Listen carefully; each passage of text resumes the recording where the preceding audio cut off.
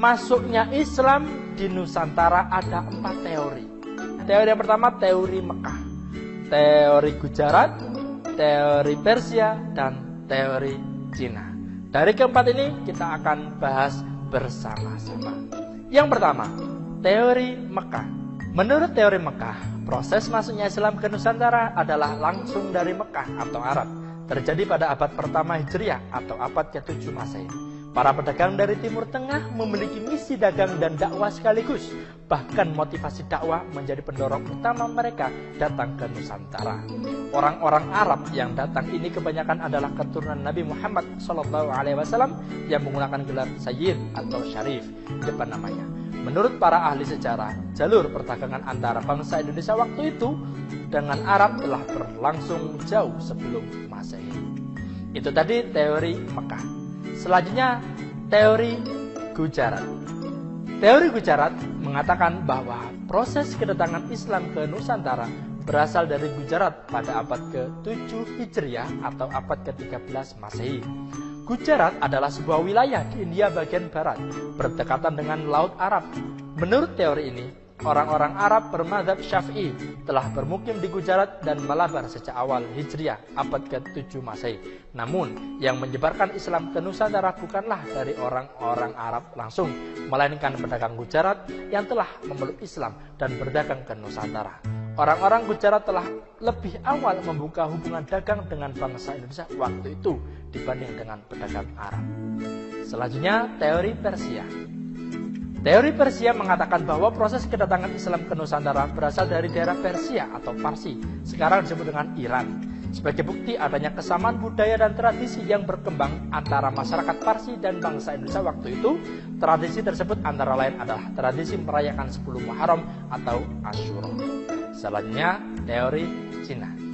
Menurut teori Cina, proses kedatangan Islam ke Indonesia khususnya di Tanah Jawa berasal dari para pedagang Cina. Mereka telah berhubung dagang dengan penduduk Indonesia waktu itu jauh sebelum Islam dikenal di Nusantara. Ajaran Islam sendiri telah sampai ke Cina pada abad ke-7 Masehi pada dinasti Tang di daerah Guangzhou, Cina sana. Telah terdapat sejumlah pemukiman Islam. Sebagai pembukti teori Cina ini bahwa Raja Islam pertama di Jawa yakni Raden Fatah dari Bintoro Demak merupakan keturunan Cina. Bukti lainnya adalah adanya masjid-masjid tua yang bernilai arsitektur Cina atau Tiongkok di berbagai tempat di Pulau Jawa. Selanjutnya, bagaimana sih cara masuknya Islam di Nusantara ini? Ada beberapa cara.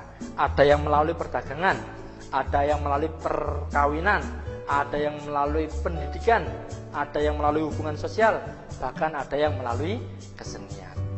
Yang pertama, melalui perdagangan.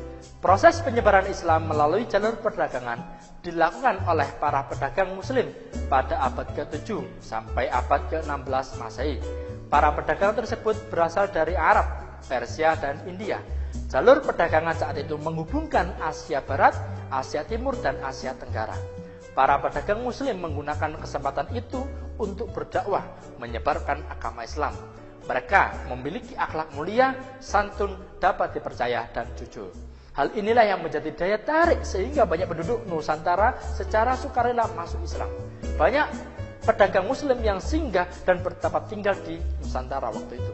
Sebagian ada yang tinggal sementara, ada pula yang menetap di Nusantara. Lambat laun tempat tinggal mereka berkembang menjadi perkampungan muslim.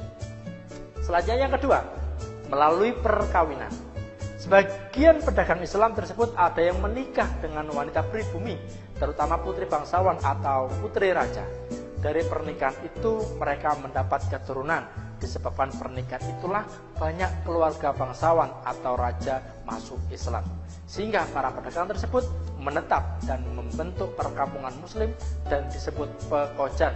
Selanjutnya yang ketiga, para mubalik mendirikan lembaga pendidikan Islam di beberapa wilayah Nusantara.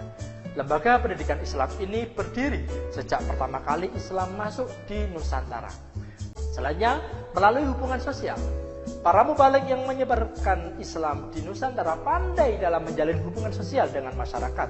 Mereka yang telah tinggal menetap di Nusantara aktif membaur dengan masyarakat melalui kegiatan-kegiatan sosial. Sikap mereka santun, memiliki kebersihan jasmani dan rohani. Mereka memiliki kepandaian yang tinggi serta dermawan, silaturahmi, bekerjasama gotong royong. Mereka melakukan bersama penduduk Nusantara dengan tujuan menarik simpati agar masuk Islam.